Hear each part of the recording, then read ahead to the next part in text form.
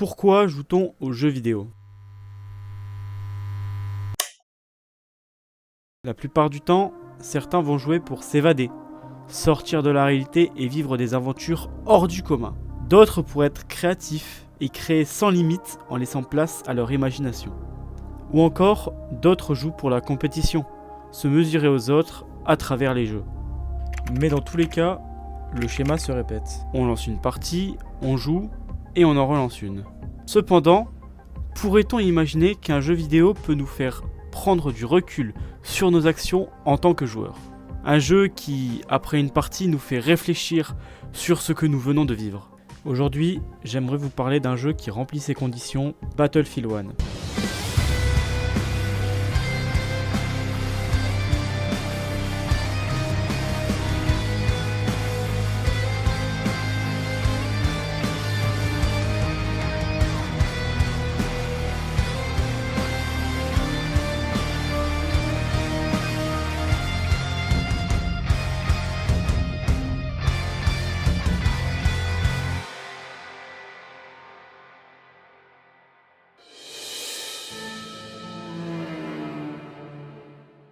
C'est le 21 octobre 2016, il y a maintenant plus de 7 ans, que Battlefield 1 sort sur nos PS4, Xbox One et nos PC avec un très bon accueil de la communauté.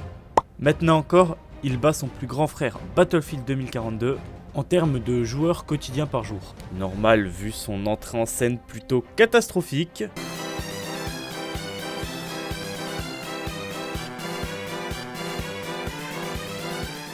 Mais pourquoi ? Qu'est-ce que Battlefield 1 a de plus que son prédécesseur?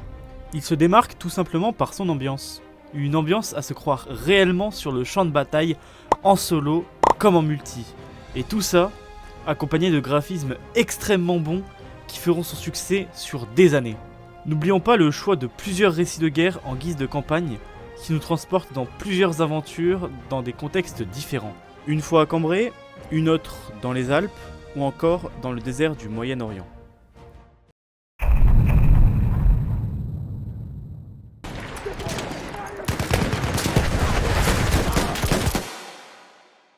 On se croirait en plein milieu du champ de bataille, non? Si on doit bien cette immersion à une chose, ce sont les effets sonores du jeu. Regardez, ou plutôt écoutez.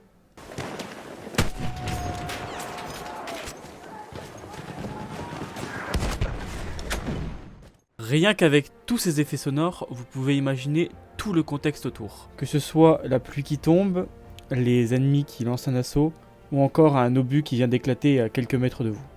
Je passerai que très rapidement sur le bruitage des armes qui sont du poulet auditif.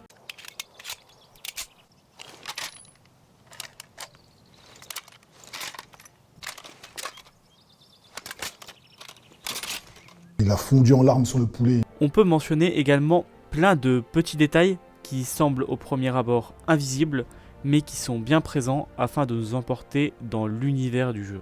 On pourrait citer comme exemple que plus votre personnage se traîne dans la boue, plus cette dernière s'accumulera sur votre arme. Ou encore, le fait que le terrain est modifiable à l'infini, ce qui nous apporte un sentiment de réalisme encore plus intense. Toute cette ambiance est certes très efficace pour nous emporter dans le jeu, mais ça n'explique toujours pas pourquoi le jeu est si impactant. Dans cette partie de la vidéo, on va plonger dans les tripes de ce jeu pour bien comprendre ce qui le rend si bon et ce qui nous impacte tant après une partie. Déjà, comment ne pas parler de la mission d'intro qui nous met directement dans le bain. Le champ de bataille est sombre et sanglant. Vous et votre escouade subissez un assaut ennemi. Vous défendez vos positions jusqu'à y laisser votre peau. Vous entrez dans la peau d'un nouveau soldat, comme si la mort qui venait de vous emporter n'était finalement qu'une chose inutile. Et cela se reproduit encore et encore, jusqu'à un bombardement qui vous amène devant un soldat ennemi. Vous vous regardez un court instant et comprenez la valeur de votre vie, tout comme celle du soldat en face de vous. Vous décidez donc de baisser tous les deux votre arme.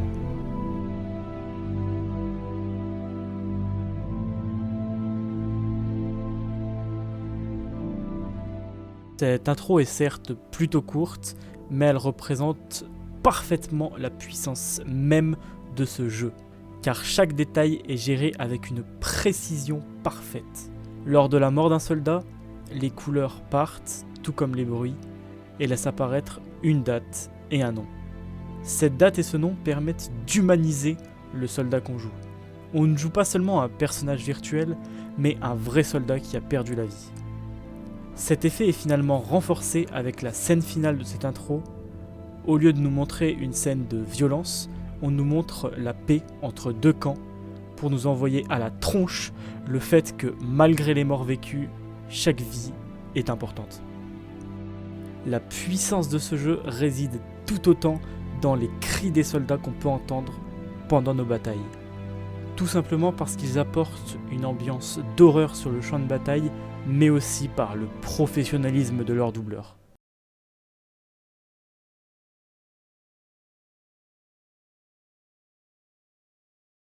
C'est du délire! Faut qu'on s'en aille! On se fait massacrer! On va tous mourir! On est tous déjà morts! I can't! Mama! Please! Es ist alles so sinnlos! Wir können das nicht tun! Ich höre und sehe nicht! Helft mir! Le dernier point, si ce n'est le point le plus important pour l'immersion du jeu, c'est bien les musiques de ce dernier. Bordel, qu'elles sont puissantes! En plus d'être timées à la perfection, ce qui fait transpirer encore plus le jeu de toutes les émotions qu'il peut nous apporter.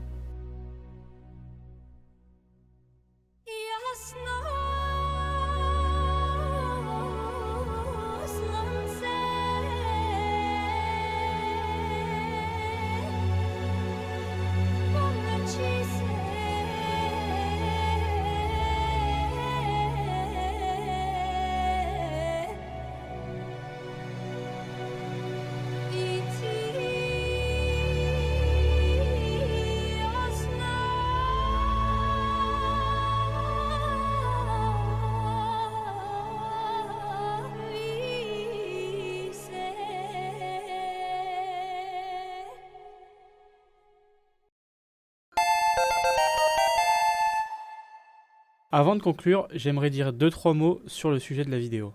Durant le montage de cette dernière, je me suis rendu compte qu'un certain youtubeur avait déjà fait une vidéo dessus. J'ai essayé de ne pas aborder les mêmes points, mais dans certains cas, comme par exemple les cris des soldats, c'est impossible. Sa vidéo est très bien développée sur le sujet, c'est pourquoi vous la retrouverez dans la description. On peut facilement conclure avec tout ce qu'on a vu dans la vidéo que Battlefield 1 n'est pas un jeu comme les autres. En effet, c'est un jeu qui, même si nous sommes pas très réceptifs en temps normal, nous force à accepter les émotions qu'il nous délivre. Dans mon cas, ce jeu me tient énormément à cœur, c'est la raison pour laquelle j'ai fait une vidéo sur le sujet, car ce jeu m'a fait grandir. C'est con à dire, mais le petit garçon que j'étais a bien compris que la guerre n'est pas un jeu, mais bien une tragédie humaine. Et tout ça grâce à ce jeu. C'est pourquoi ça me tenait à cœur de faire une vidéo dessus. Donc la prochaine fois que vous jouerez à un jeu, demandez-vous si ce dernier n'a pas plus à vous offrir. Sur ce, moi je vous laisse et je vous dis à dans 3 mois.